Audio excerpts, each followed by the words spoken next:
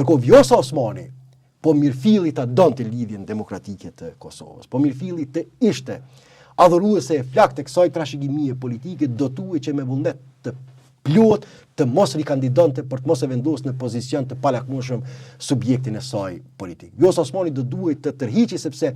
edhe Vjosa Osmani e din që partia e cila do të pësonte më shumë nga ambicjet e saj politike do të jetë Lidhja Demokratike e Kosovës. Nëse e voton, përsëri do të ketë kosto elektorale, por edhe nëse nuk e voton, përsëri do të ketë kosto elektorale. Pra nëse Vjosa si e tillë është mirëfilli flamurtare, flakadane e Lidhjes Demokratike të Kosovës, duhet që nesër, ajo le të vepron si don apo kupton, ajo duhet që nesër të dalë para opinionit publik dhe të tregoj që nuk dëshiron edhe më tepër ta dëmtoj subjektin e saj politik, nga se tashmë është krijuar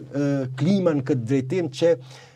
kryesisht përfituese e votave dhe e trupit elektoral të Lidhjes Demokratike të Kosovës është lëvizja vetëvendosje në saj të manipulimit me këto tema. A do ta bëj ajo, a do t'i ndjek ambicjet e saj personale, ajo mund bëhet edhe presidente, nuk përjashtohet as ky skenar, mund bëhet presidente, duke e detyruar kushtimisht po them, jo në mënyrë ligjore, mirë po politikisht në një farë mënyrë, duke mos i lënë hapësirë tjetër Lidhjes Demokratike të qëndrojnë në sallë për ta votuar. Mirë po, kurdo që në cilësinë e presidentit nesër apo pas nesër e viziton varrin e ish presidentit Rugova, duhet t'ia transmetoj mesazhin që megjithatë me veprimet e saj politike e